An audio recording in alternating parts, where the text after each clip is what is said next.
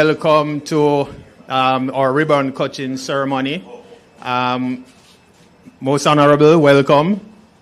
Ministers of government, all our staff members, partners, welcome, welcome, welcome.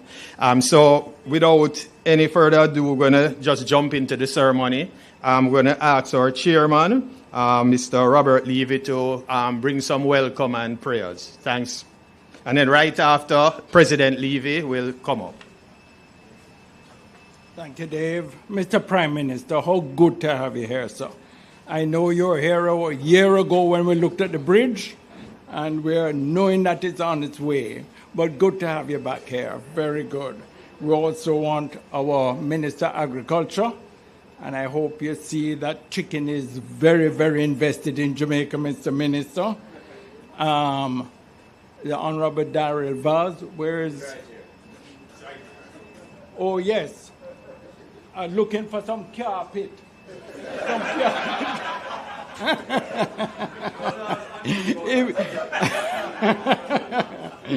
If he was half as expressive as his wife, it would be amazing. But please tell her that we saw the carpet, Mr. The Honourable Aubin Hill, we are greeting you, sir, and he's definitely been a part of Jamaica Broilers through the years. We welcome you, Aubin. He's a friend.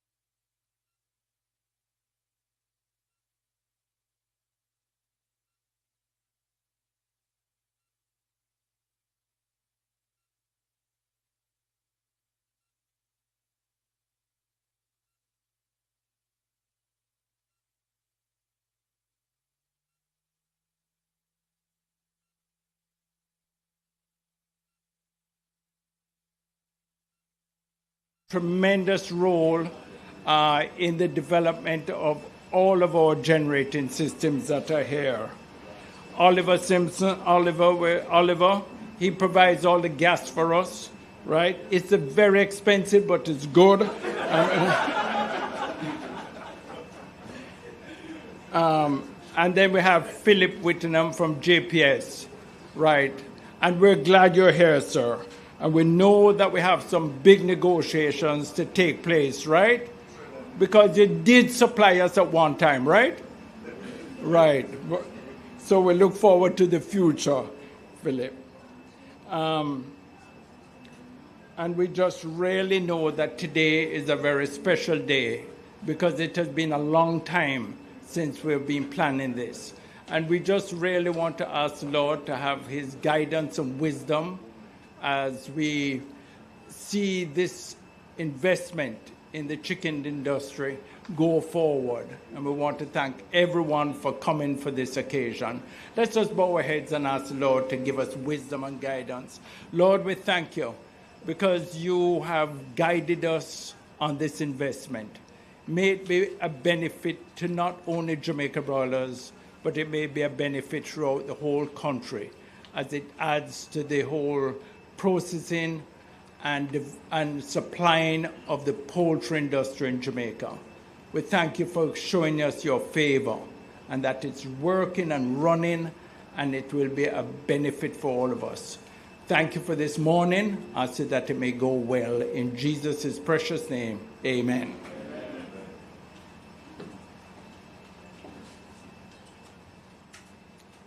Thank you, dear Chairman. Welcome. And thing I will tell you, politics is a thing. When you look at it, we're opening one little engineer and I have 5 ministers in the room one time, including the Prime Minister. Welcome, gentlemen all.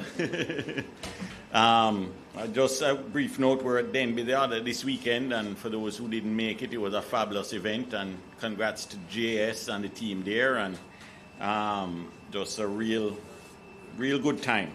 for agriculture. So Minister Greenway, if you get a chance to talk to them, please let them know their efforts and energies were recognized. PM, welcome to the chicken plant, Best Dressed Chicken Plant. Great to have you here. We're proud to have such a representation of government here. We do miss opposition Mark Golding. I think it's important that they're involved in investments in this country as well. So, in regards to him, Audrey, great to have you. Thank you very much for your support through. I think this project is about years in the making, and you guys have just been an amazing partner. Thank you so much. Appreciate it. Who else? Let me check my notes. I'm not so good at the notes here. I said Audrey, right? I covered Audrey, yes. Covered the ministers. Right. Oh. Other folks that I think are important to mention, and I know the chairman covered a lot of folks, you guys, and Fortress and stuff like that, but I want to thank our staff and the folks who really worked here. I mentioned Mike Schuler. Mike has been with us in this organization for many years, and the support that they've given us in terms of just the operations. Johnny Carberry and the team here, really and truly thank you. I know that the Costa organization worked a lot in terms of just getting this done and getting it organized, and we're going to have the opportunity to walk through it. Greg, I can't believe your friend never mentioned you. Mr. Greg Shirley is one of our directors here. I often refer to him as my traveling partner. He goes everywhere with me, and even though he's aging out a little bit, he's still strong a little bit. So, Greg, wonderful to have you here. This is a very important investment for us. The challenges and what I call the imbalance of our economy in Jamaica compared to some of the other economies worldwide requires investment like this that's not mainstream chicken. And what it does, it allows us to be competitive in this environment. And I think it's very important to understand that as we look at and we tour this investment, which is roughly about $8 million invested here over the last couple of years, US dollars, thank you. The purpose of it is to make our products more affordable. The purpose of it is what we like to call the food independence of Jamaica. And in this world, we need to recognize how important that has become. If we cast our minds back to COVID, Jamaica is an island of takers. We import our raw materials, we import our energy, we pretty much import everything we need to sustain life. So anything we can do to increase the independence of our food is top priority nationally. And that's how we view this investment. I think it's really important to also understand that the efficiencies of it are far-reaching. Yes, it produces energy or electricity, but it's a cogen facility. So the chicken plant uses a lot of steam. That steam is collected from the exhaust heat of the engine. And that exhaust heat goes through what's called a heat recovery boiler and produces steam. So we don't burn any other energy at this plant. We burn energy once, and right now it's gas. And that produces all the steam that we need, hot water that we need, electricity that we need, right there. So it's a multi-tiered return on investment from a company point of view and a shareholder point of view. The other thing that's really important for us to understand is that the environmental impact of using gas versus heavy fuel, HFO, heavy fuel oil, like number 2 oil, number 4 oil, is tremendous. And whilst the opportunity for gas is still somewhat restricted in Jamaica, we're just starting at it, it's just building out in the Caribbean, and I know you guys have a future for it and a vision for it, that's great, but it's still young here. It's still relatively young here. But the environmental impact of it is tremendous. It does make a difference to the environment. And as talking earlier, with some folks, and basically, when you look at the energy of gas versus HFO, yes, it's similar, you get electricity. But there are other things in play: maintenance of the engine, the oils, what I would call the other deeper costs that you don't really see when you're doing heavy oil versus gas. You do the math, but boy, let me tell you, when you open the engine and look at it, it's so much cleaner than heavy oil. So I think there are these benefits down the road that we're going to see as well in this. I think the real future of us is we're probably going to put another engine in short order. And I think Excelerate Energy, these guys, again, thank you very much for being here and making the trip from Texas and all of this. And have been amazing with us. You know, yes, we've had to work through and get parts and this and that, and we look forward to growing and developing as that. And you're obviously going to be a partner in that planning stage. And you know, once we kind of get this settled, then you start thinking, because it's not a tomorrow investment. You know, you have to be out there. So thank you very much.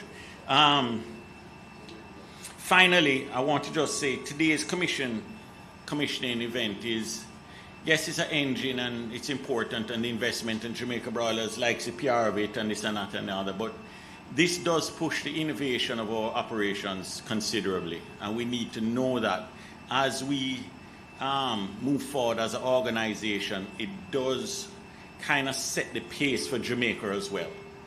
That Jamaica can operate in a clean energy space, that Jamaica can run these engines, that Jamaica has the expertise and the staff and the training and capacity to do this. And that should help us in our confidence as a nation and as a people. So, Minister Vaz, I know you have a lot on your plate as Minister of Energy. Nothing wrong with that, shoulders broad. Albin, Minister, thank you for being here, part of this, and I appreciate the support from everybody. Guys, let's have a great morning, and thank you very much all. Appreciate it.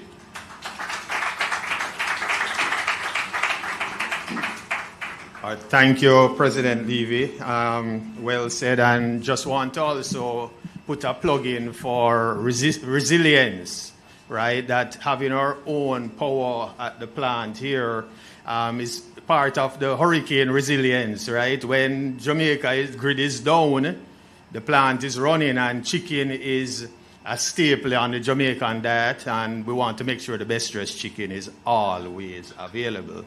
All right, so the other thing I just want to, I know he has acknowledged a couple of our partners, but I just wanted to also let people know. So it's a Hyundai engine, right? So I know the representatives of Hyundai are not here, but you know, they played a tremendous role in the journey in supplying the engine to us. And I should say that this journey started in 2018.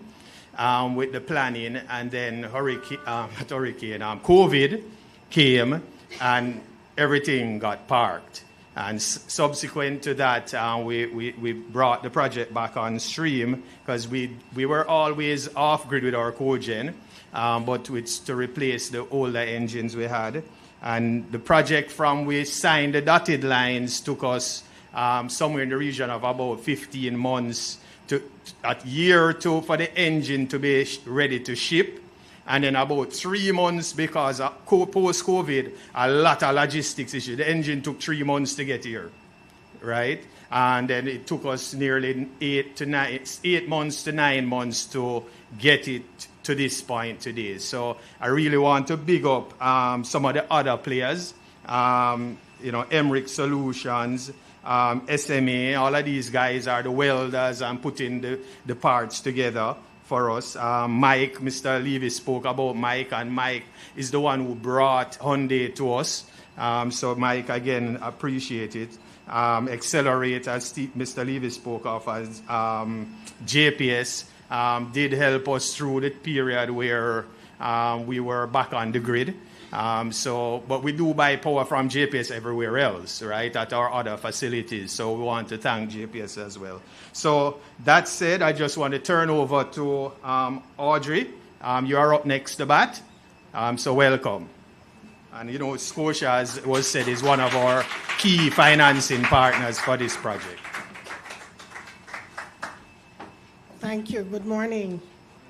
Let me recognize Dr. the Honourable Andrew Holness, our Prime Minister, Ministers of Government, the Chairman of the Jamaica Broilers Group, the Honourable Robert Levy, the CEO, ever hardworking CEO and Group President, Mr. Christopher Levy, members of the public, members of staff of Jamaica Broilers Group. Ladies and gentlemen, good morning again. Let me just start off by saying it's such a pleasure to be here representing Scotia Group. I want to congratulate the leadership and the staff of Jamaica Broilers Group for the work that they've been doing and the foresight and vision for commissioning this LNG-powered cogeneration plant. I think it's fair to say that the Jamaica Broilers Group holds the distinction of being one of the largest agri-processing businesses in Jamaica and, of course, most long-standing.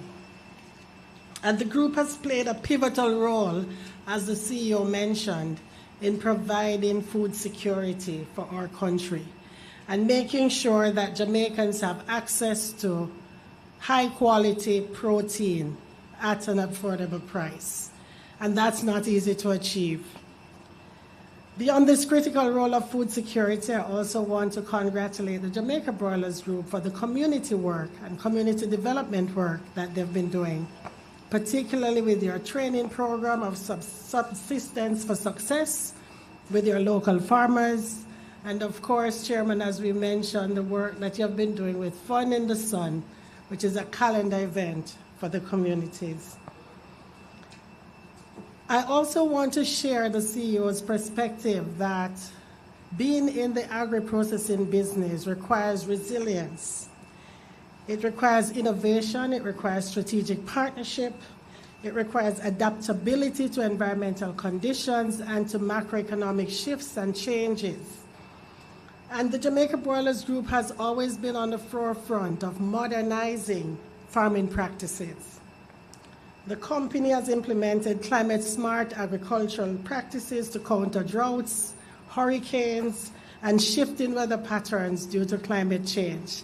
And today is a great example of how climate is changing. It is pretty hot outside. When I came, I thought it was going to be outside. I'm like, if I'd known, I would have just worn a shirt. Thank you all for creating this tent. I appreciate it a lot, and I'm sure everyone else does too.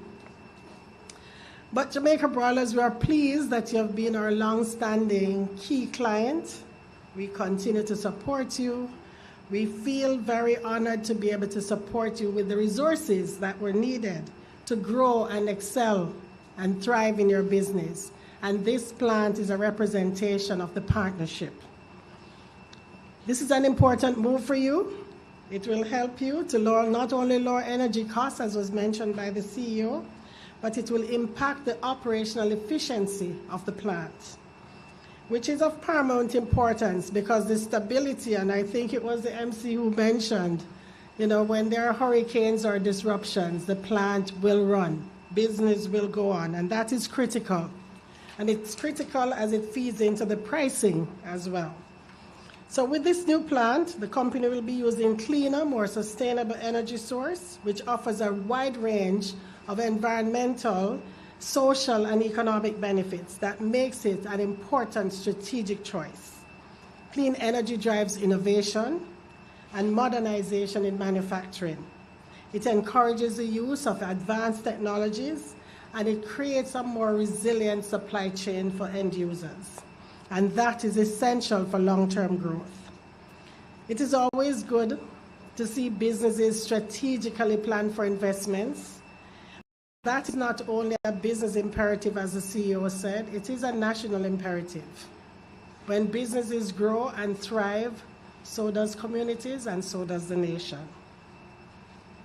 But as a banker, I have to say it is even more impressive when bankers and businesses can come together to create powerful synergies for growth. So in closing, let me just congratulate Jamaica Broilers Group for commissioning of this LNG plant in your 67th year. Some major milestone. You know, we have seen Fortune 500 companies come and go in that time period.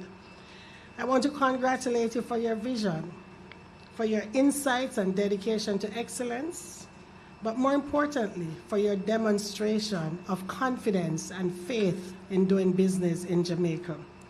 So thank you so much. Scotia Group and Scotiabank is proud to be your financial partner. Best wishes to you all.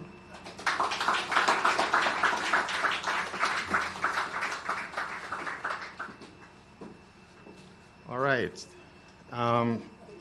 Thank you for that, Mrs. Audrey Tugwell Henry, President and CEO of Scotiabank. Well said, and I just want to also interject that. So this engine is the second of the LNG engines we have here, right? So we have had a CAT engine, which is a 1.2 mega engine running for the last probably 4 years. So that would bring our total capacity up to 7.7 megs. And I believe outside of the public service, JPS and Jamalco, we may be the single largest LNG installation in Jamaica. All right, so moving on, want to just introduce our next speaker, the Honourable Darrell Vaz, Minister of Science, Energy, Telecommunications and Transport.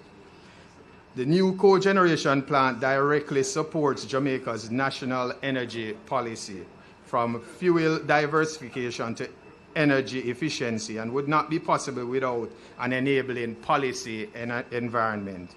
We are honored this morning to be joined by the leader whose portfolio is shaping Jamaica's energy future, and we heard some of that in the media about 2 weeks ago, shaking up the landscape, right? So, Minister, we'll leave it to you to continue the conversation here.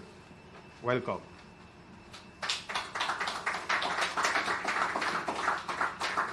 Thank you very much. Good morning, ladies and gentlemen, Honourable Prime Minister, colleague ministers, colleague Member of Parliament, Jamaica Broilers family and the partners. It is indeed a very good morning for me. And the truth of the matter is that with so many ministers here and the Prime Minister, if it wasn't because of close personal relationships with the Levies and Jamaica Broilers, I would have told them that they have enough ministers to take them through the event. Today marks an important step forward in Jamaica's energy journey, one of many firsts. And it is truly a pleasure to join you all in celebrating the official commissioning of this state-of-the-art LNG-powered cogeneration plant. Let me first commend the Jamaica Broilers Group Limited. For decades, you have nourished the nation, feeding our people with wholesome, locally produced food. But today, you're feeding more than just the body. You're helping the fuel for the future. This achievement is not to be taken lightly. What we are celebrating is more than new infrastructure.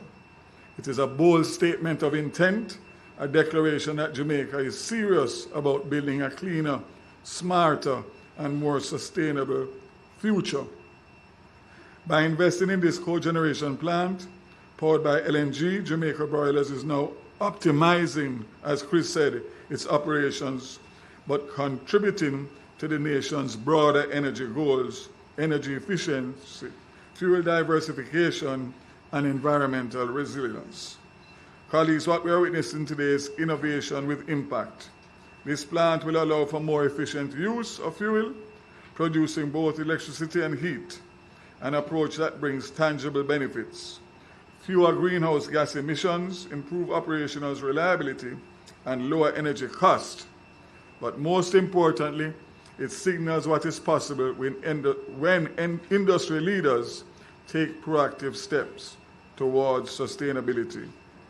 At the Ministry, with responsibility for energy, our mission is clear: to encourage and support solutions that will secure Jamaica's energy future. This project aligns squarely with our national energy policy, and I must again commend the Jamaica Broilers Group for your leadership in this. LNG, as many of us know, plays a vital role as a transition fuel, enabling us to reduce our reliance on heavy fuel oil, lower national emissions, and deliver more stable and affordable energy. Since LNG entered Jamaica's electricity mix in 2016, it has helped transform how we power our economy. As of 2024, LNG accounts for approximately 60% of national power generation. And we would see that there has been a transition in the LNG market in recent times from New Fortress Energy with a $1 billion investment with Excelerate. Congratulations and welcome to Jamaica again. And by the way, they have taken over the fueling Prime Minister of our CNG buses. So, for which, as you know, we have almost 200. One of them opening in Spanish Town in recent days.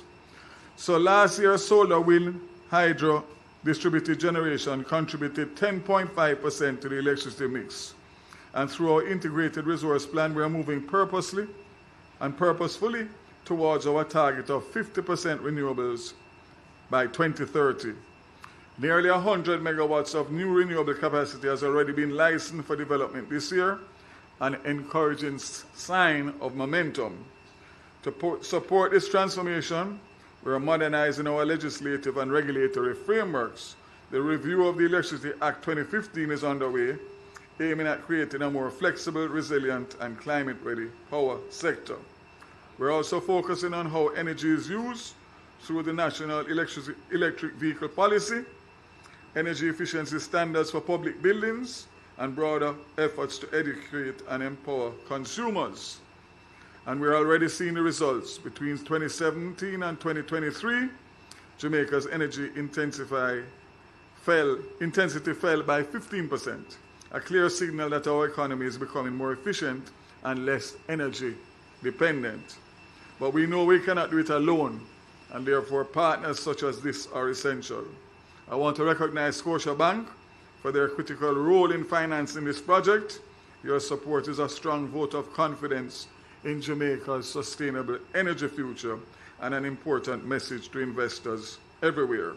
Jamaica is open for green business. It's an opportune time. It is exactly this kind of collaboration between government and industry and finance that will drive the next chapter of our growth. This is also a natural and powerful connection between energy and agriculture. Energy security and food security go hand in hand. Reduce imports and grow exports. We need systems that are clean, reliable, and efficient. Jamaica Broilers is proving that this model works. And again, I salute you. Colleagues, stakeholders, and friends, this plant represents what's possible when vision meets commitment, when bold ideas are backed by action, when partnerships are built with a shared purpose. So once again, I extend heartfelt congratulations to the Jamaica Broilers team, to Scotiabank, and to everyone who contributed to make this milestone possible. May this facility not only serve as a source of power, but as a model of progress for Jamaica and for the region. Once again, I thank you, and I look forward to returning here after the next event to be able to continue the partnership with you, and of course, most importantly, to give this government the opportunity for the first time to renegotiate a new JPS arrangement come 2027. Thank you very much.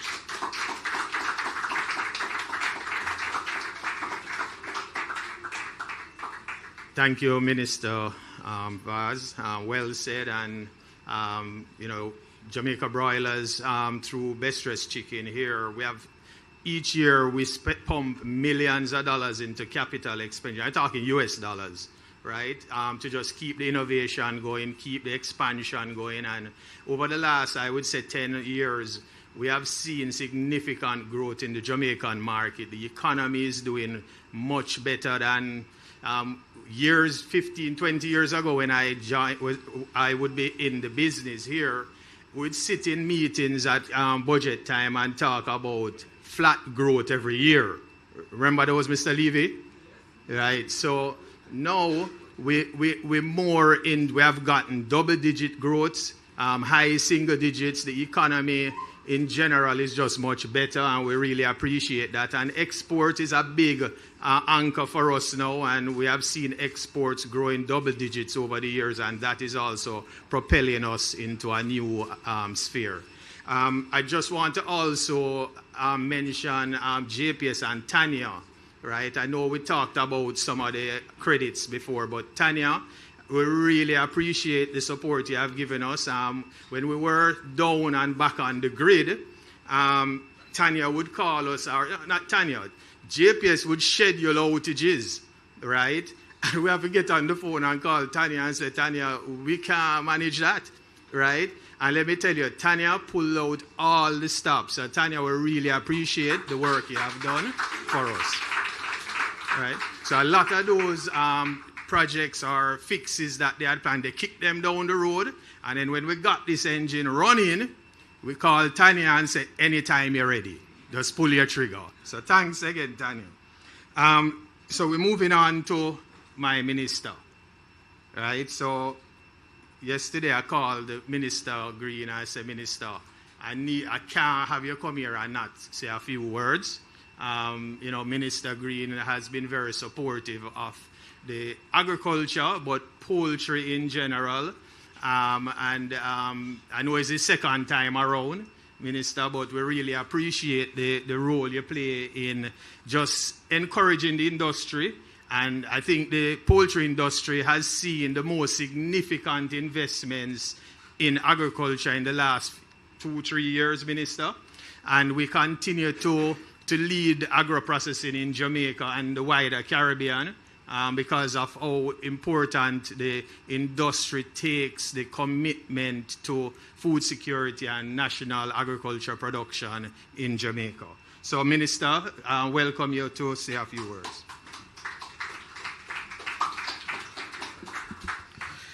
Dr. the Most Honourable Andrew Holness, our Prime Minister of Jamaica, Ministers Vaz and Hill, of course, my State Minister, Minister Whittle, our hard-working Member of Parliament, Warmington, Honourable Robert Levy, Chairman of the Jamaica Broilers Group, and Mr. Christopher Levy, Group President and CEO, members of the board and company executives, of course, Mrs. Audrey Tugwell, President and CEO of the Scotia Group, other partners, members of staff, members of the media, ladies and gentlemen. Good morning, everybody. Thank God we are inside. Today we are gathered at the heart of one of Jamaica's most influential agricultural hubs, the Best Dressed Chicken Plant here in Spring Village, for a moment that blends together two of the most important ingredients for national development: agricultural production and energy innovation. What we're commissioning today, this LNG-powered cogeneration plant, is a new chapter in the Jamaica Broilers' success story and a bold statement about where Jamaica agriculture is heading, and more importantly, how we plan to get there. Across the Ministry of Agriculture, Fisheries and Mining, we have been ushering in what we call a new era of agriculture, a shift that is focused on growth and transformation, on moving beyond survival and tradition into resilience, profitability, and sustainability. And what we're witnessing here today is one of the finest examples of this new era of agriculture. Let us be clear. When we talk about poultry, we're not talking about a side story in Jamaican agriculture. We're talking about our largest domestic protein source. We're talking about a sector that contributes significantly to rural employment, foreign exchange savings, and national food security. And this plant is a living demonstration of how agribusiness in Jamaica is evolving, moving from high consumption models to low emission, energy efficient systems that protect the environment while boosting output. Last year we had a challenging year in agriculture with Hurricane Beryl. Nonetheless, Jamaica's poultry sector stood up in a big way. In fact, last year we recorded our highest output ever in the history of Jamaica for poultry. We produced over 142,000 tons, up 3.3% from 2023. And this is despite losing about 300,000 birds in Hurricane Beryl. This landmark achievement was anchored by the Jamaica Broilers Group, and I think we should give them a big round of applause.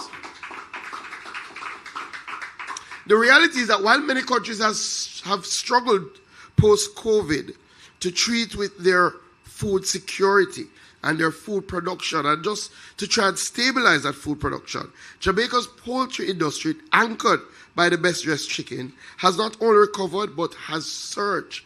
In fact, in most of our Caribbean neighbors, they import about 80% of their poultry.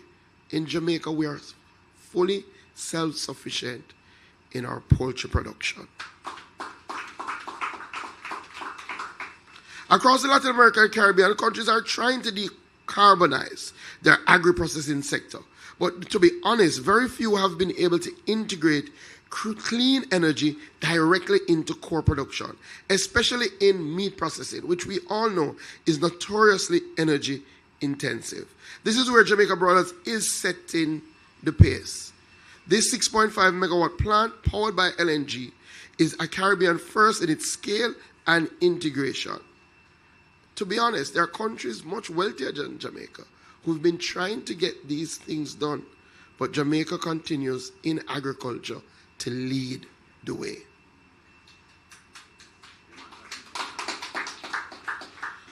The work at Best Dress seamlessly aligns with what we are doing at the ministry. Clearly, we're expanding our irrigation networks. We're introducing renewable energy in all of those irrigation networks. We're bringing in mechanization to our small farmers, but agriculture to grow, it needs private sector-led investment. So this bold strategic investment backed by the Scotia Group into a cleaner, smarter model of food production is to be commended. So when Jamaica Broilers invests like this, the reality it is felt all over Jamaica because the network of contract farmers in rural Jamaica that depend on the Jamaica Broilers structure is tremendous. So I want to close by commending the Jamaica Broilers Group. You have proven that profitability and patriotism can go hand in hand. And that is why I believe that the Jamaica Broilers Group will remain one of the cornerstone partners in our drive to make agriculture the beating heart of this economy. Please recognize this is an agricultural investment. And I'm saying it for those who write our statistics. This is not an investment in manufacturing.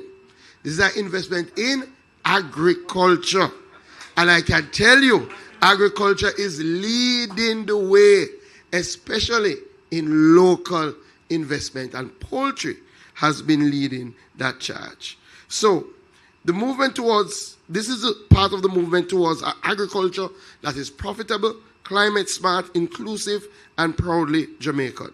To the Levy family and the entire Jamaica Broilers team, on behalf of the Ministry of Agriculture, I must say thank you.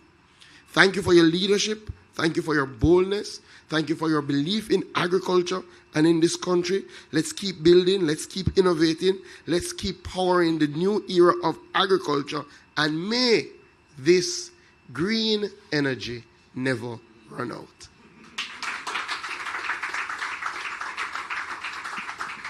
There's a lot of green talk this morning. But thanks again, Minister Green. Well said.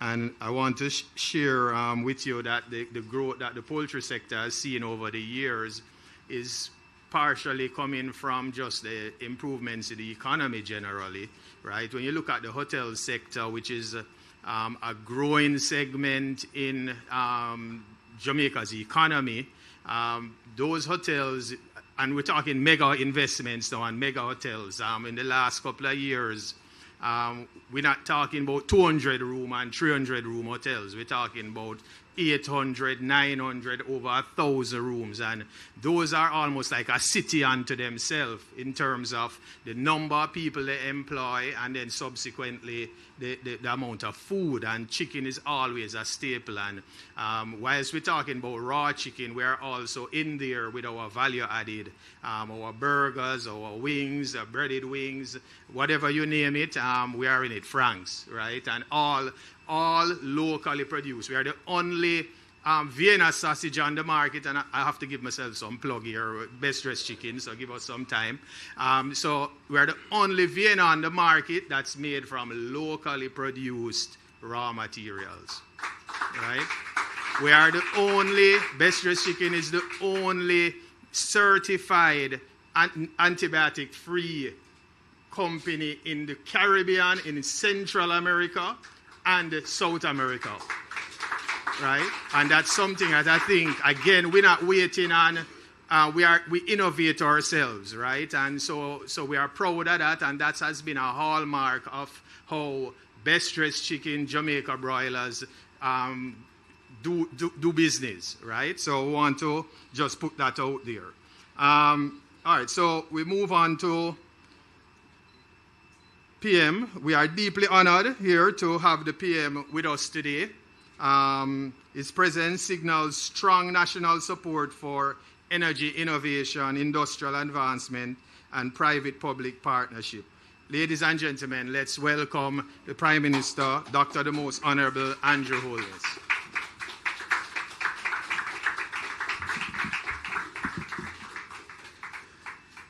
Thank you very much, Dave.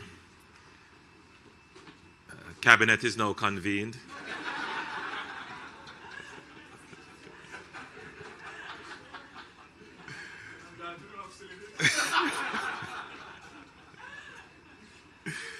Oh, Lord. You know, we have to laugh at ourselves sometimes. You know, I do quite a bit of ceremonies. In a week, sometimes 5 or 6. Till I've been accused of all I'm doing is cutting it. Because I cut so many ribbons. Is there a ribbon today? There'll be a ribbon today. So I'll be cutting a ribbon today. And it is a puzzle to many. And so how is it that we're doing so many things now? And it seems all orchestrated that we're doing all these things right now when everybody is expecting a certain event. So it feels, you know, all timed. Well, let me just be very clear that I am certain that the Best Dressed Chicken Jamaica Broilers Group had no clue as to what time this may have been. And therefore, this plant was purely on a corporate calendar in terms of when it would come to fruition. So it's not in any way a contrivance for anything else. I want to just make that absolutely clear, that this plant was already on its corporate timeline and it is just coming to fruition, purely coincidental. And it's a very important point to make, because for the year, I would have done maybe 10 or 12 major private corporate events,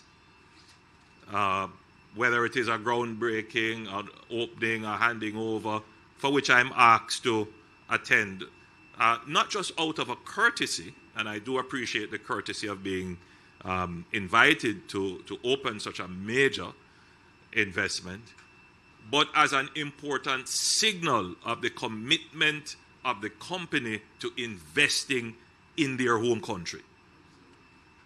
So I'm not standing here in a political capacity purely, but I'm standing here as the head of the government, associating with and commending our partners in development, the private sector, for taking the risk, for making the long-term investment in not just their profit, right, but I like how Floyd had put it, in their patriotism, because they could have decided to invest $8 million elsewhere.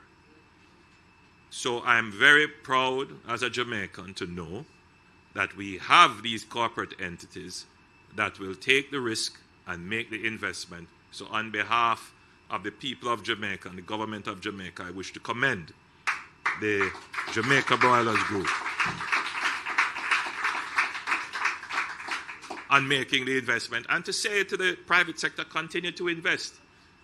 You know, be assured I'll be there to cut the ribbon. I'll be there with you to cut the ribbon.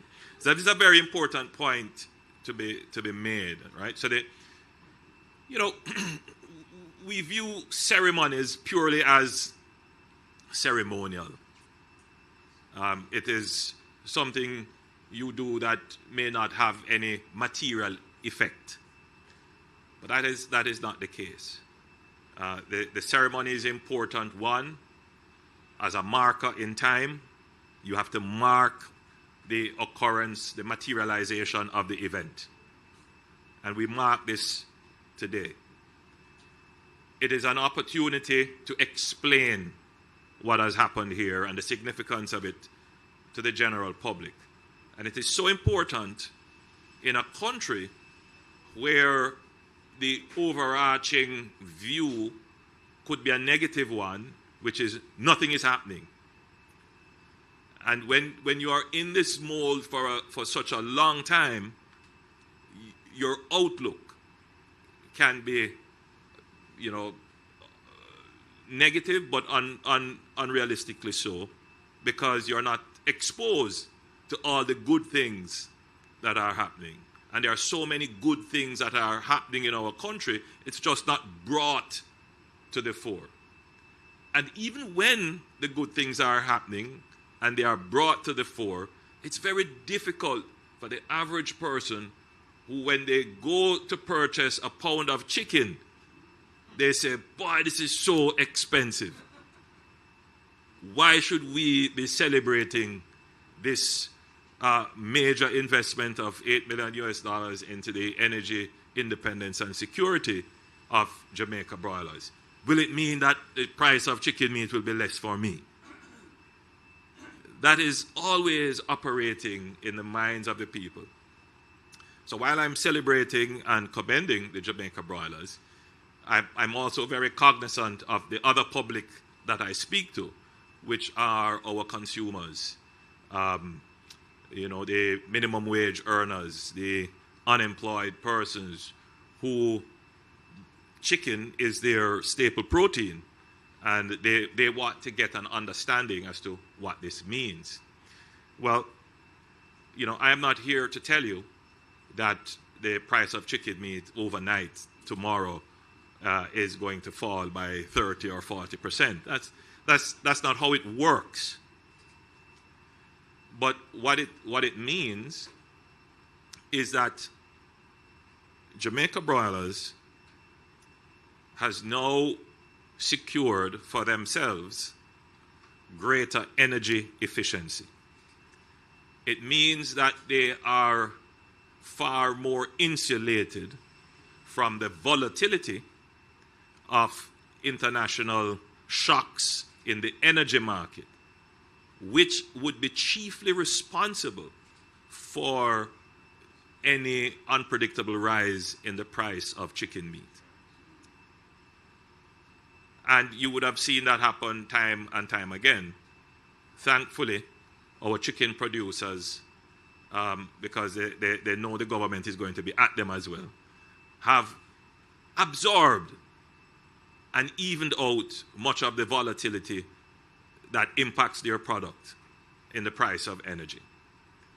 But if there were to be a big shock, there's just so much absorption that these companies can do. It would eventually be passed on. And it is usually incremental, 5 cents, 10 cents, 12 cents increase. But it adds up. for each pound that you consume.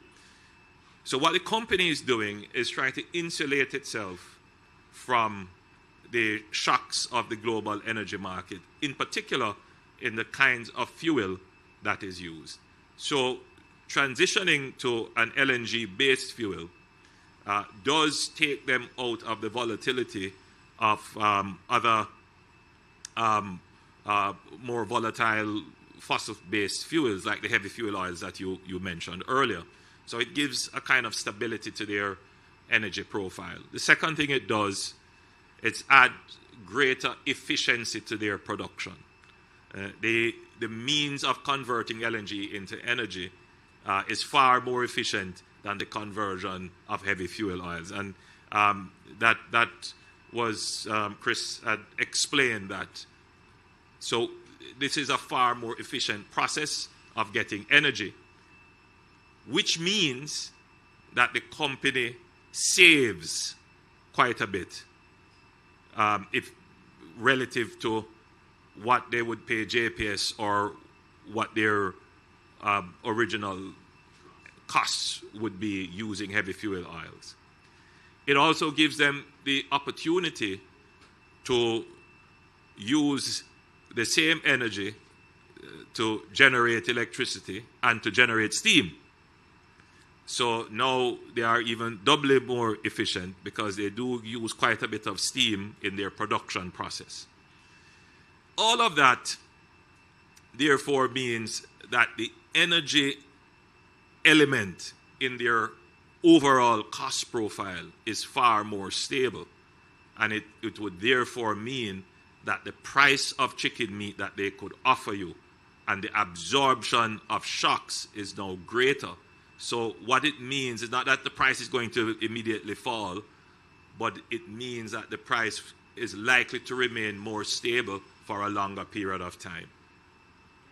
And so that is a massive investment and a significant improvement for their customers, the people who have to purchase chicken meat as your staple protein. So it is indeed something to celebrate and to mark.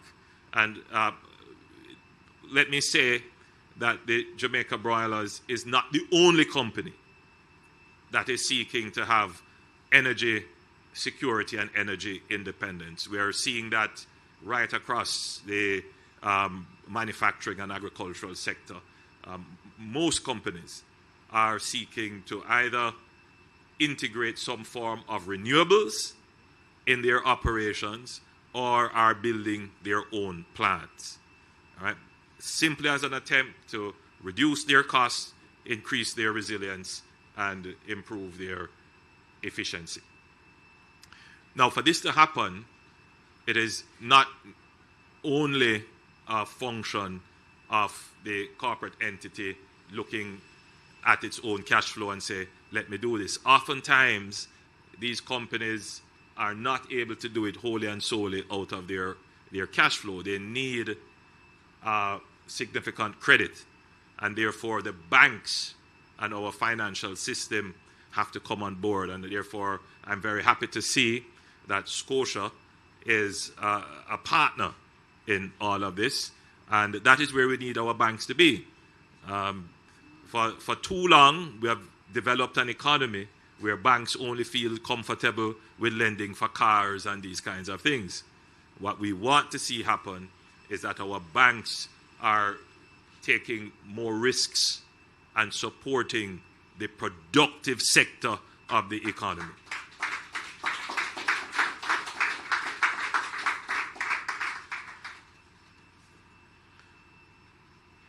Now,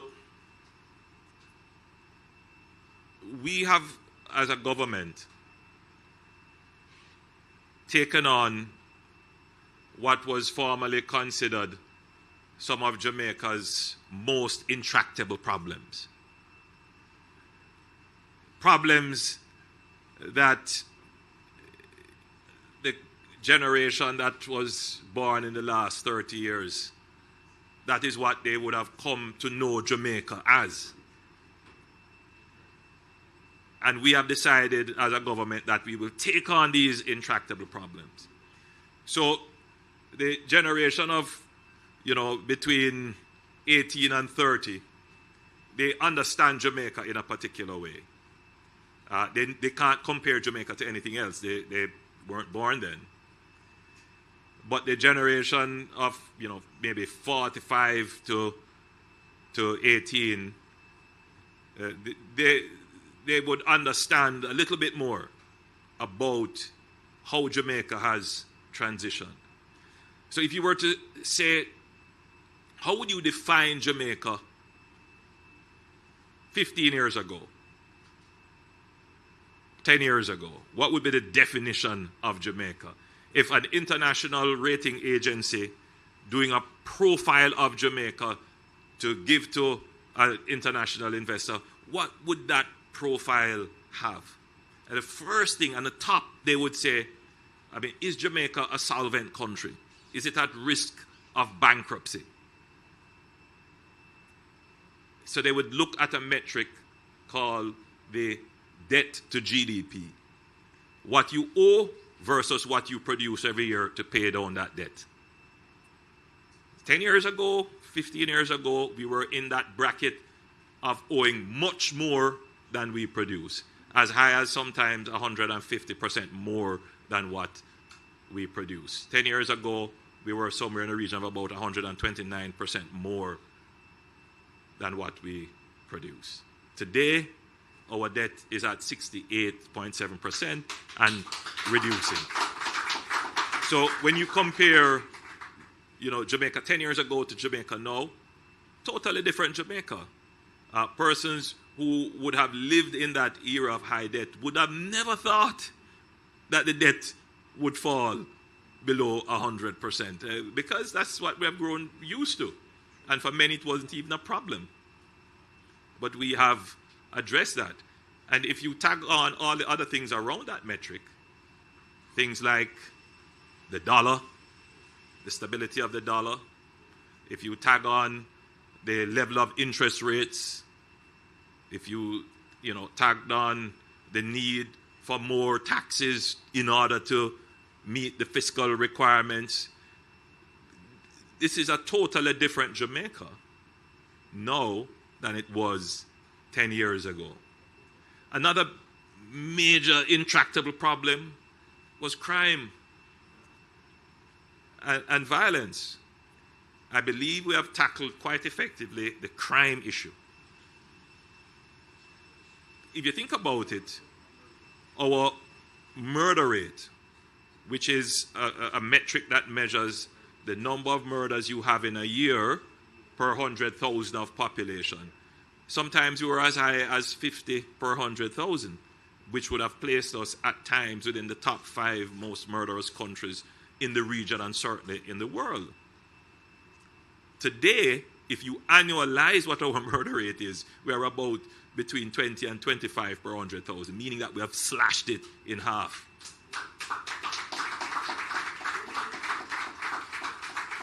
There is still a violence problem, no doubt, but that's a more socially nuanced problem, which takes a different set of tools to address, which we have been working on those tools, and we will come to fruition with those very soon. And we will make Jamaica a more loving, caring, calmer, respectful country. We need to get back to the view where when people came to Jamaica, they said, Jamaica, Irie, man. Jamaica, no problem, man. Instead of the kind of aggression that we're seeing in just general social transactions. And we're going to work on that and ensure that that intractable problem is addressed. But another intractable problem that has plagued us for decades, it is the high energy cost. And, everybody complains. I see my friends here from JPS. I do see some JPS people here. And I'm happy to see JPS here at a plant that is going to reduce the cost of energy. Let me not go any further than that. But, you know, every Jamaican is very much concerned about the cost of energy. And they look at other countries and they say, you know, why is it that our energy cost is just so high? And we have done all kinds of things. We have changed the regulatory environment. We have changed, you know, we, as a country, one of the things that we can be proud of across political administrations is that we developed in 2009 an energy plan under the Bruce Golding administration, which called for the introduction of LNG that was carried through under the Portia Simpson administration and carried through under us.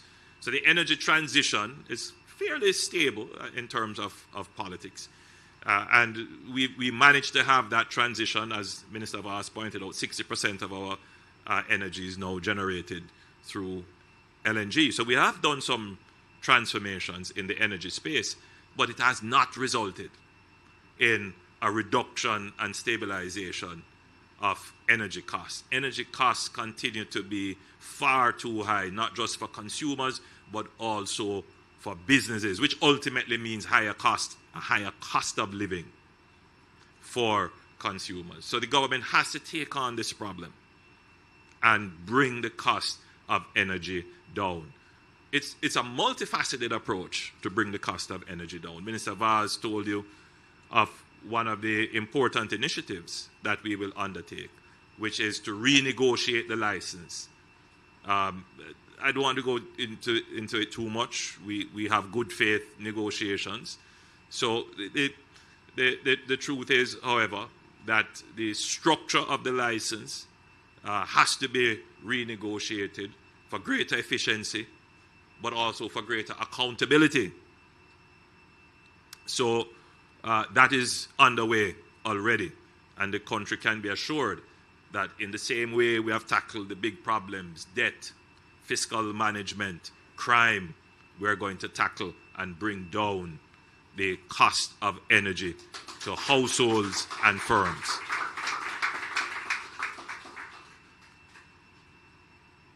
But the cost of energy, it's not just in terms of the economic cost.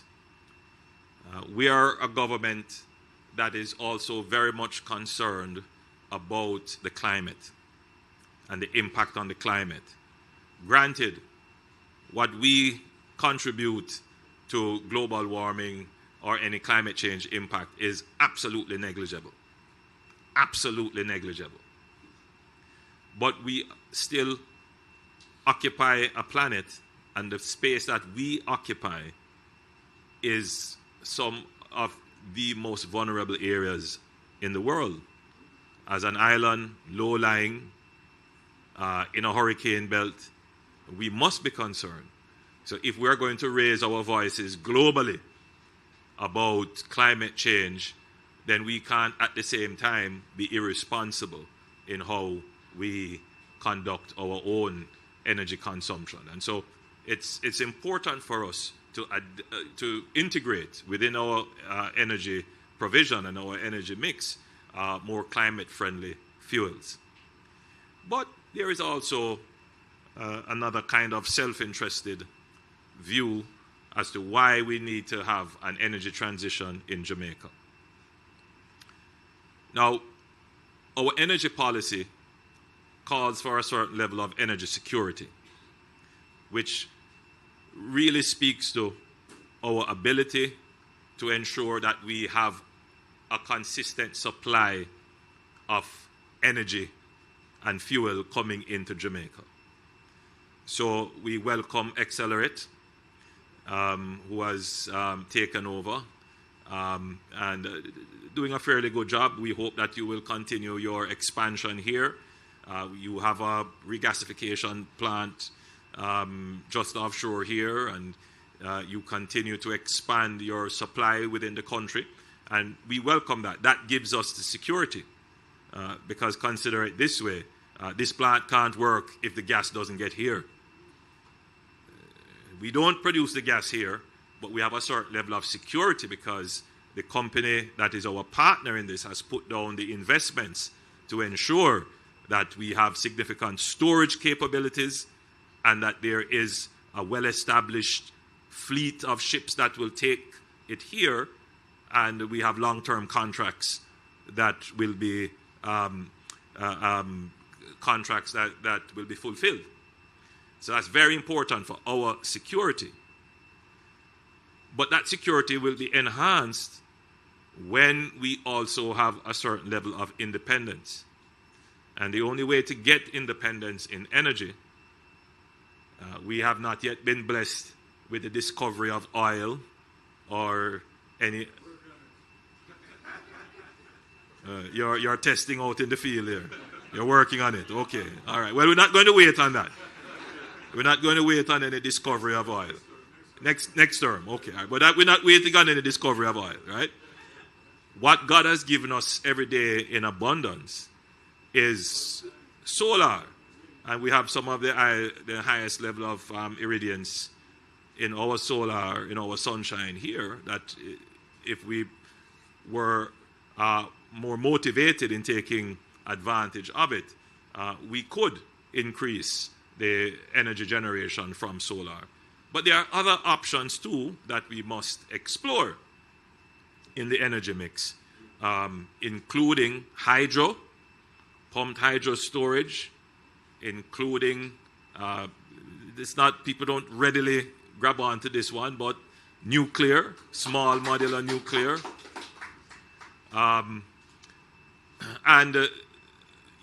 We should explore all the possible potential energy sources, at least put ourselves in a position that should they become feasible, we can jump on it very quickly. And I always give this example.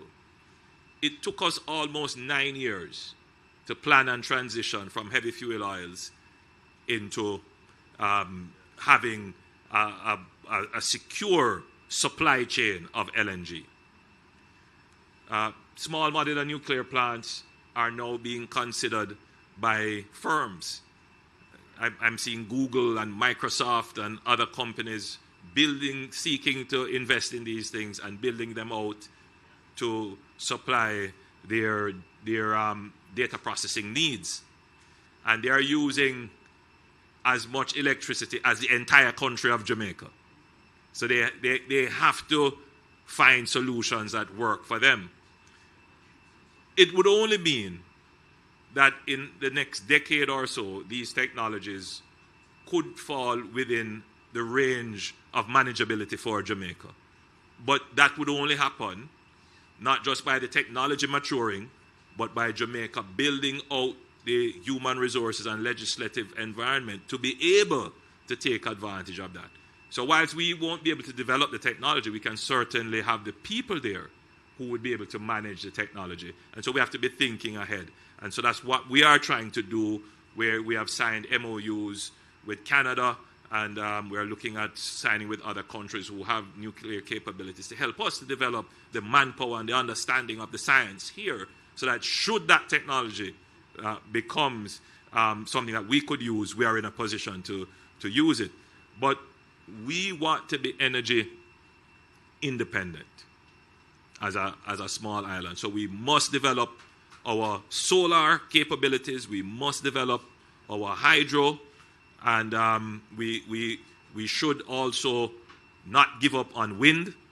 We should try to develop our wind capabilities as well, and we should invest in pumped solar hydro as well. So all of those things are being done. So the country can rest assured that your government is not just looking at what is in front of us, but we have a periscope that looks all the way out to the horizon to see what the future could bring, and we prepare to meet that future. That is how this government has operated, and that is why we have been able to take on these large, intractable problems and make real impacts on changes in your lives.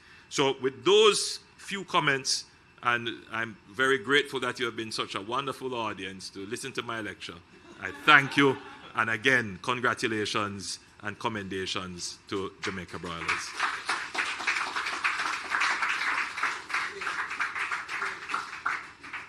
Sorry. Oh, I think, Chairman, you want to come and say a few more words? All right. Mr. Prime Minister, I know as chairman I do have the prerogative to at least say something. There's something that I do believe I overlooked, and I want to just say it. 3 weeks ago, I was out here. We need to recognize we're at the back of our processing plant. It was the back of our yard. And I want to just thank Dave. I want to thank Dana Cameron. I want to thank Ava Sinclair. The team have done an amazing job that we could sit here with 4 ministers in an environment like this. I just really thank you. One other thing, Mr. Prime Minister. Chicken is by far cheaper than pork, cheaper than goat, cheaper than any other meat. Am I right, Mr. Minister? Right? And last night I ate oxtail, and although I went through the indigestion, as I ate I realized it's more expensive than chicken. I should have been eating chicken. But we are the cheapest meat. And Mr. Prime Minister, one last thing. When I'm overseas and anybody asks me, how is Jamaica? Do you know what I say? I say Jamaica is one of 5 countries that has reduced their debt. Congratulations. So it's the biggest achievement, and I hope we continue. Thank you, Mr. Chairman. And actually, I was going to also add that the debt reduction has taken the pressure off the taxpayers and given us some space. And I know for many years, I can't even recall when last we got a tax increase. PM, you might be able to help us with that, but it is 11 years ago. So it has gotten ingrained for every year now. Nobody is even thinking about taxes. I recall prior to 11 years ago, when budget time come, right? Everybody listen, right? Is your sector getting hit or not? So we really want to come in, and that's what I'm saying, that I think the general environment in the country has improved a lot, and we are very grateful for that. And in closing, I just wanted to also say that from a poultry standpoint, I don't think the industry, we have done very well in telling our story.